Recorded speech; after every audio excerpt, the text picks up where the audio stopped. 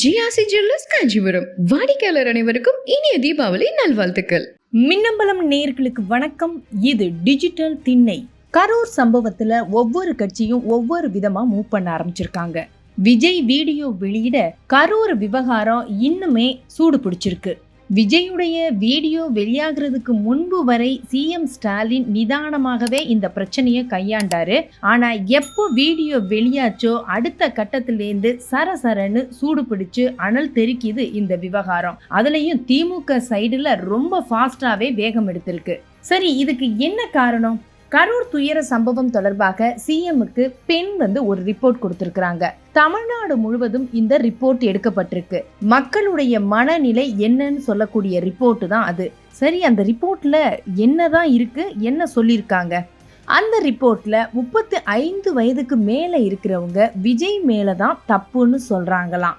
தாமதமா வந்ததா இருக்கட்டும், அதற்கு பிறகு கண்ட்ரோல் பண்ண முடியாத ஒரு கூட்டமாக இருக்கட்டும், ஆக விஜய் மேல தப்பு அப்படிங்கிறது அவங்களுடைய கருத்தா இருக்கு.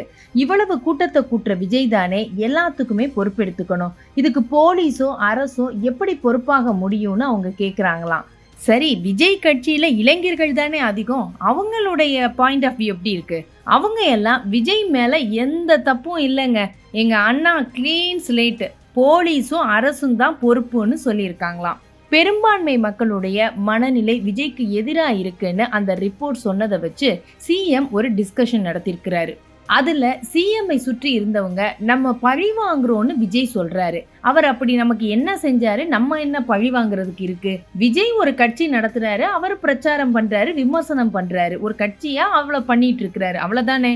இனியும் நம்ம பதில் சொல்லாம இருக்க கூடாதுன்னு சொல்லி இருக்கிறாங்க. பெண் ரிப்போர்ட், இந்த டிஸ்கஷன் எல்லாத்துக்கும் பின்னாடி தான் சிஎம் ஸ்டாலினும் தன்னுடைய நகர்வுகளை வேகப்படுத்தி இருக்கிறார். அப்போ அதோட வெளிப்பாடு தான் அடுத்தடுத்த பிரஸ் மீட்டுகளா? கண்டிப்பா. சென்னையில திமுக துணை பொதுச் செயலாளர் ராசா செய்தியாளர்களை சந்திச்சு பேசினாரு. ஆனாலும் ரொம்ப கடுமையா பேசாம யதார்த்தமான விஷயங்களை ஸ்ட்ராங்கா சொல்லியிருக்கிறாரு. கரூர் சம்பவத்துக்கு பின்னாடி அவசரமா செய்தியாளர்களை சந்திப்பதற்கு கூட விஜய் வெக்கப்பட்டுக்கிட்டு பயந்துகிட்டு ஏன் சென்னைக்கு வந்தாரு அப்படின்னு கேட்டிருந்தார் ராசா.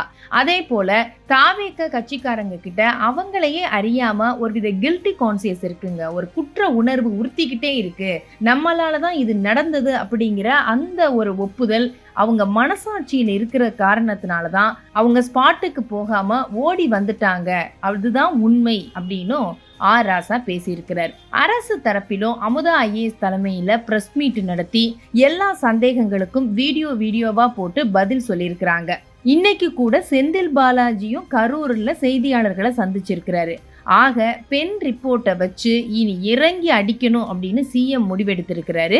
அதனாலதான் செந்தில் பாலாஜியையும் கூப்பிட்டு நீங்களும் செய்தியாளர்களை சந்திச்சிடுங்க அப்படின்னு சொல்லியிருக்கிறாரு. அவரும் அவருடைய பங்குக்கு வீடியோக்கள் போட்டு தெளிவா விளக்கம் சொல்லியிருக்கிறாரு. சரி, கவர்மெண்ட் சைடுல அடுத்து என்ன பண்ண போறாங்க?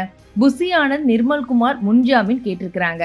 அதே நேரத்துல நிர்மல்குமார் ஆதவ் அர்ஜுனாவுக்கு சம்மனும் இன்னைக்கு போலீஸ் அனுப்பி இருக்கு.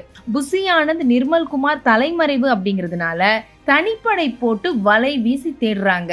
சரி, வீடியோ வெளியிட்டாரு விஜய், அடுத்து அவர் சைடுல என்ன நடக்குது? எப்பவும் போல ஆளுக்கு ஒரு திசையில தான் இருக்கிறாங்களாம். கரூர் சம்பவத்துல கட்சிக்கு நெருக்கடி வந்துருச்சு இல்லையா, அதனால திமுகவை ஸ்ட்ராங்கா எதிர்க்கணும்னா அதிமுக பாஜக கூட்டணிக்கு போயிடலாம், இப்ப பேசினா தான் சரியா இருக்கும் அப்படின்னு ஆதவ் அர்ஜுனாவும் அருண்ராஜும் விஜய்க்கு சொல்லாமலேயே ஆட்டத்தை தொடங்கி இருக்கிறாங்க. அருண்ராஜ் அதிமுக தரப்புல பேசவும் ஆரம்பிச்சுட்டாராங்க. சரி, அதிமுக தரப்புல இதுக்கு என்ன ரியாக்ஷன் வந்துதான்? என்னதான் அருண்ராஜ் சொன்னாலும் நீங்க பேசுறது விஜய்க்கு தெரியுமா அப்படின்னு தான் முதல் கேள்வியே கேட்டிருக்கிறாங்க. இதை சற்றும் எதிர்பார்க்காத அருண்ராஜ், நீங்க முதல்ல முடிவை சொல்லுங்க, அதை வச்சு நாங்க விஜய் கிட்ட பேசிக்கிறோம் அப்படின்னு சமாளிச்சிருக்கிறாரு. அப்போ எடப்பாடி பழனிசாமி ரொம்ப ஹாப்பி ஆயிட்டாரா, தானா வந்து விழுகுதுன்னு? எடப்பாடி பழனிசாமியோட ரியாக்ஷனே வேற மாதிரி இருக்கான்.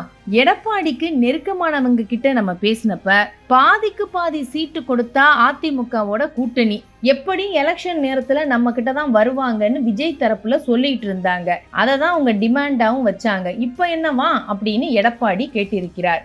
அதோட விஜயால எல்லாம் கட்சி நடத்த முடியாதுங்க, ஒரு நடிகனா கட்சியை நடத்துறது அவ்வளோலாம் சுலபம் கிடையாது, அவரால் எல்லாம் தாங்க முடியாதுன்னு எனக்கு அப்பவே தெரியும். கமல்ஹாசன் கட்சியை தொடங்கினப்ப நான் என்ன சொன்னேன், அதே தான் சொன்னேன், தாங்க மாட்டாரு அப்படின்னு. கேட்கலையே, எலெக்ஷன் நேரத்துல நம்ம கிட்ட தாங்க வருவாங்க, நம்ம காலில் தான் வந்து விழுவாங்க, அப்ப 20 அல்லது 30 சீட்டு கொடுக்க பார்ப்போம் அப்படின்னு அசால்ட்டா சொல்லிட்டு போயிட்டாராம். சரி, பாஜக தரப்பும் வேக வேகமா ஸ்டேட்மெண்ட் மூவ் எல்லாம் இருக்குதே, அவங்க என்ன நினைக்கிறாங்க?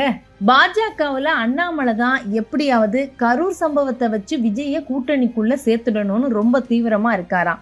டெல்லியில இருந்து பாஜக கூட்டணி எம்பிக்கள், அதாவது இந்த தேசிய ஜனநாயக கூட்டணி எம்பிக்கள் ஹேமமாலினி தலைமையில வந்தாங்களே, அந்த டீமை கொண்டு வந்ததே அண்ணாமலை தானா.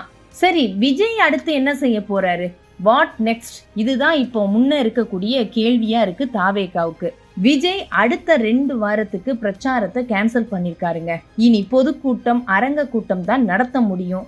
அதுக்கான ஏற்பாடுகளை தான் இனி செய்யணும்னு தாவேகால பேசிக்கிறாங்களாம். அப்ப இனி ரோடு ஷோவுக்கு வாய்ப்பே இல்லையா? தமிழ்நாட்டுல இனி ரோட் ஷோவுக்கு அப்படி ஒரு வாய்ப்பு இல்லைன்னு தான் சொல்றாங்க. நீதிமன்றம் என்ன சொல்லுதோ அதன்படி முடிவெடுக்கலான்னு கவர்மெண்ட் வெயிட் பண்ணுது. சரி, ராமநாதபுரத்துல சிஎம் நடத்த இருந்த ரோடு ஷோ, சிஎம் நாளைக்கு, அதாவது அக்டோபர் 2ஆம் தேதி ராமநாதபுரம் போறாரு. அங்க நைட்டு தங்கிட்டு நாளை மறுநாள் வெள்ளிக்கிழமை சிஎம்மோட ரோட் ஷோவுக்கு ஏற்பாடு பண்ணியிருந்தாங்க. கரூர் சம்பவத்தினால சிஎம்மோட ராமநாதபுரம் ரோட் ஷோவை இப்ப கேன்சல் பண்ணிட்டாங்களாம். நிகழ்ச்சிகள்ல மட்டும் கலந்துகிட்டு பேச இருக்கிறாராம் சிஎம். சரி, ரோட் ஷோவே இனிமே இருக்காது அப்படின்னா தேர்தல் வேற வரப்போகுது. ரோட் ஷோ இல்லைன்னா விஜய் எப்படி பிரச்சாரம் பண்ணுவாரு? அவங்களால ஒவ்வொரு கூட்டத்துக்கும் பந்தல், லைட்டு அப்படின்னு முழுமையா ஏற்பாடுகளை செஞ்சிட முடியுமா? பாதுகாப்பா தொண்டர்களை அனுப்பிட முடியுமா? இந்த கூட்டத்தெல்லாம் சமாளிக்க முடியுமா? இது மாதிரி நிறைய கேள்விகள் இருக்கு. ஆனா விடை அப்படிங்கிறது தான் $1,000,000 கொஸ்டினா இருக்கு. GRC jewellers Kanchipuram. வாடிக்கையாளர் அனைவருக்கும் இனிய தீபாவளி நல்வாழ்த்துக்கள். மின்னம்பலம்.com தமிழின் முதல் மொபைல் பத்திரிகை.